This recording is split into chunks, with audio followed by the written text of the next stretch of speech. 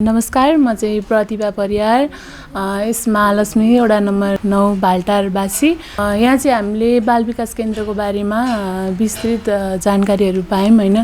जो हामीले चाहिँ योभन्दा पहिला चाहिँ अब बच्चाहरूलाई स्कुलमा लहराल्ने, अब पढाउने त्यति मात्रै थाहा थियो नि त, हामीलाई त्यस्तो केही पनि थाहा थिएन नि त। अब यहाँ आएपछि चाहिँ अब अहिले मन्टेसरी अब बच्चाहरू सबैजना मन्टेसरी पढाउनुपर्छ, बाल विकास केन्द्रमा चाहिँ बच्चाहरू राख्नुपर्छ। यसले गर्दाखेरि चाहिँ बच्चाहरूको ग्रोथ राम्रो हुन्छ भन्ने छ नि त। यो बारेमा चाहिँ हामीले धेरै कुराहरू जानेका रहेनछौँ। बच्चाहरूलाई चाहिँ कसरी ट्रिट गर्ने, बालबालिकाहरूलाई चाहिँ अब कस्तो मेथडले पढाउने, कसरी सिकाउने, यो चाहिँ हामीले धेरै पनि बुझेको रहेनछौँ हैन। यहाँ आएर चाहिँ धेरै कुराहरू जानेको छौँ हामीले। यसको लागि चाहिँ म चाहिँ एकदम धेरै खुसी छु हैन। अनि हाम्रो चाहिँ 9 नम्बर वडालाई, हाम्रो वडा प्रतिनिधिहरू सबैलाई चाहिँ म धन्यवाद भन्न चाहन्छु।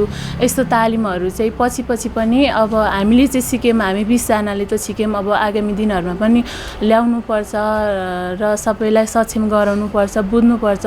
यो चाहिँ हामीले अब स्कुलमा गएर बच्चाहरूलाई पढाउन मात्र नभएर आफ्नो घरमा रहेको बच्चाहरूलाई पनि कसरी बुझाउने, कसरी सिकाउने भन्ने चाहिँ योबाट थाहा पाइन्छ। र हामीले अब यो चाहिँ रोजगारमूलक पनि भएको हुनाले चाहिँ अब हामी चाहिँ यतिकै गृहिणी मात्र भएर घरमा मात्र बसेर सीमित हुँदैन, आफ्नो लागि पनि केही गर्नुपर्छ। र योबाट चाहिँ अब हामीले रोजगारी पनि प्राप्त गर्न सक्छौँ।